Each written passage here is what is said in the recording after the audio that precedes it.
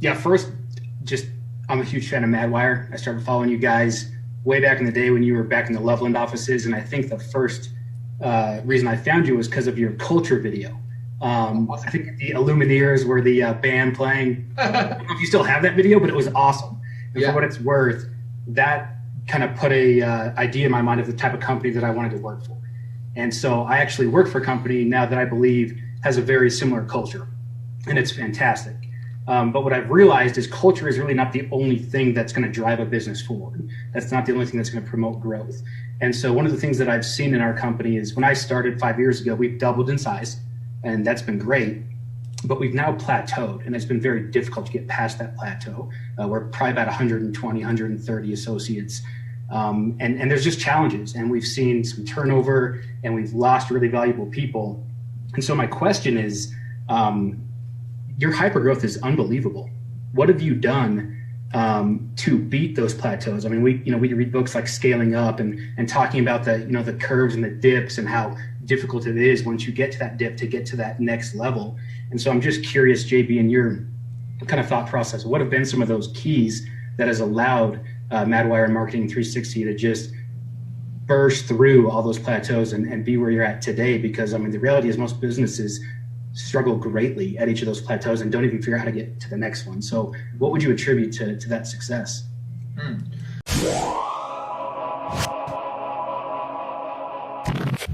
Well, first off, thanks for the compliments. I really appreciate that. In terms of plateaus, yeah, we've hit them too.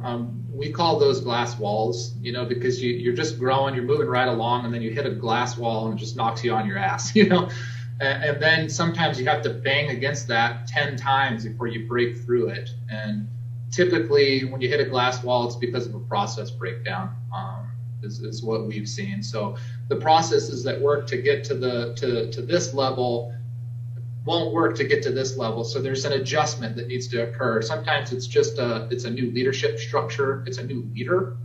Sometimes it's taking a department and breaking it into smaller groups. Other times it's just because the product mix needs to be tweaked. There's just a million different things that could occur, but one thing's for sure, something has to change, because obviously whatever you're currently doing isn't working if you're stuck anymore. It worked up to that level, but it's not working to get you to the next level, so something needs to change. We've looked at our 410 feedback. It's been super valuable. Listening to our customers and making adjustments. I found over the years that the team knows the answer. You just have to listen to the team. And sometimes you might have to just do an all hands meeting and bring people in there, bring the leaders in there and say, hey, what's the struggles? Why aren't we selling more deals? Why are we losing more accounts?